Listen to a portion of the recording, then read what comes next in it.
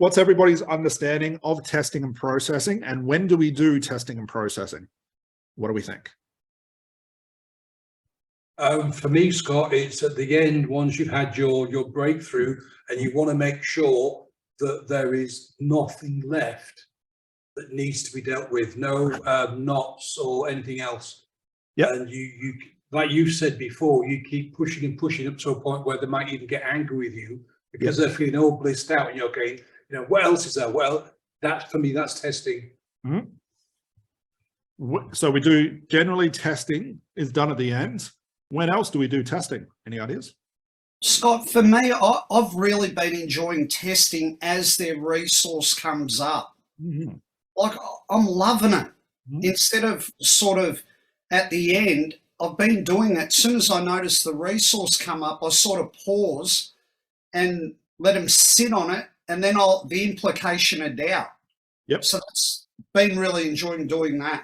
Yep. And that's definitely when you want to be doing it. And we always have slight hints of that. Testing is not just done at the end. I look at testing at the end as like a recap of everything that's been done. It's a testing of, okay, we're here now. What's all this like now? Everything we've talked about, everything you've witnessed and seen and experienced, what's that like now?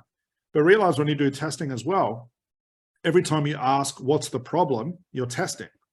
Every time you ask, well, how does that feel now? Like, Scott, I just realized, or I just had an image of my red bicycle when I was 3 years old. That's actually helped me quit smoking now. Great. What's that like now? You're testing. So you're doing mini tests all the way through, and the test at the end is the recap. But we'll go through specific testing questions and how we isolate those things. Everyone's sort of seen that in the ACH as well. And you're probably doing this indirectly as well when you're testing. Okay. What about processing? When does this happen, and what's this about? What's its purpose?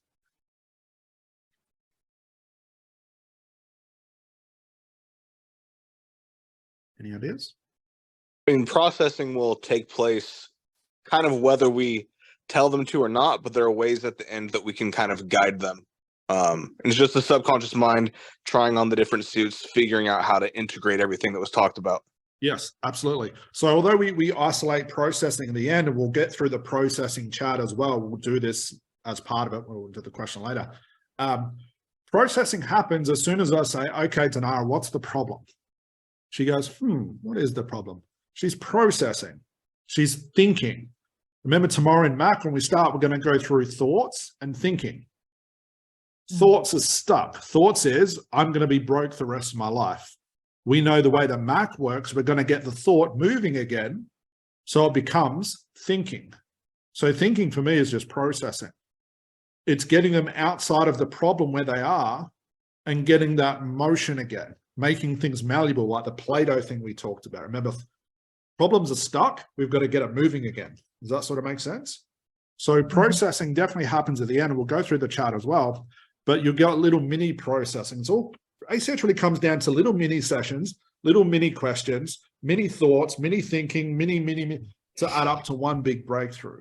Does that make sense? And the processing again at the end is like a big recap, but it also starts to future pace people into the future. Is that sort of, but it's that trying on the suits. That's why, guys, you could be going through question after question, thinking, oh my God, it's not working. And all of a sudden your client snaps into something. It's like a big breakthrough. It's because they're processing. And because you've got them moving, and the action of thinking is exhausting. Hint, hint, a way to work with OCD clients, exhaust them consciously, exhaust their thinking, get it moving again. It's a lot more mental energy to think about something new than it is to be stuck on old thoughts. Does that make sense?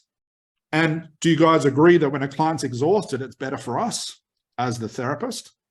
Why? Because the conscious mind goes away. And where does the unconscious stuff come out of? Unconscious. So we're exhausting them to a point where we've seen this many times with demos where the client's just looking and go, I don't even remember my name. I don't want to talk to you. Just let me sit in whatever this is. Because remember, if we look at ACH as just something very basic, which is, well, a client doesn't want this, let's just do the opposite.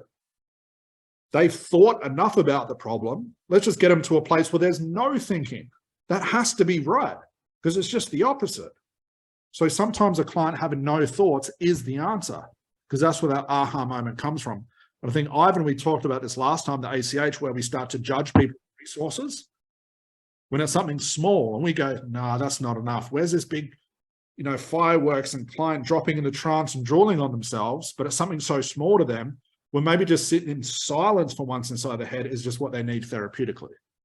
Does that sort of make sense? Maria, go for it.